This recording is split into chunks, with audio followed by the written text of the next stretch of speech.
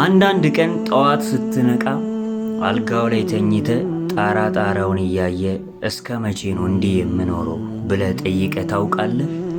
በሰው ሀገር ሆነ ኪሲ ቢሞላም ልብ ግን ባዶ እንደሆነ ተሰምቶ ያውቃል?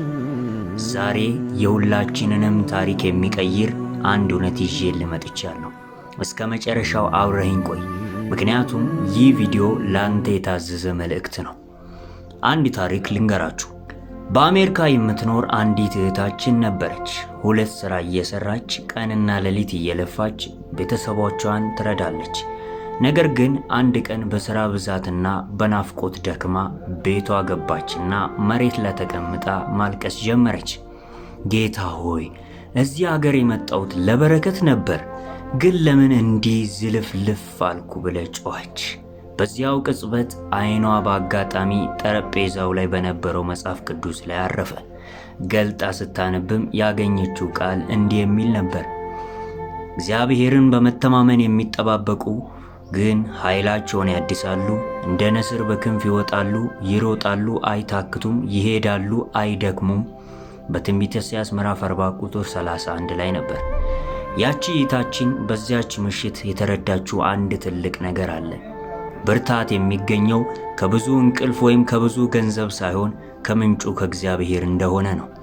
ወዳጄ፣ አንተም ዛሬ እንደዚህች እህታችን ደክመ ይሆናል። ለቤተሰብ ስትል ደክመ ይሆናል። ለነገ ስትል ዝለ ይሆናል። ብቸኝነት አድክሞ ይሆናል።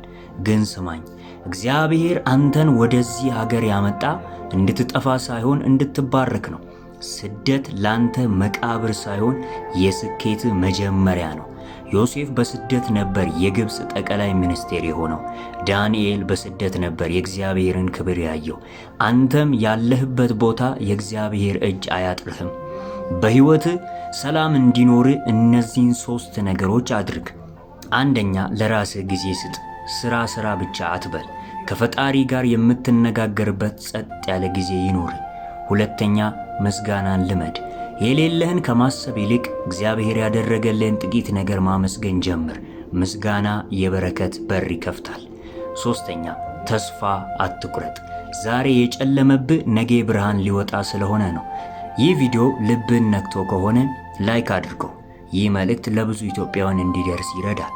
ኮሜንትም አድርግ። ጌታ ሆይ ኃይሌን አድስልኝ ብለህ ጻፍ። እኔም በጸሎቴ አስብሃለሁ።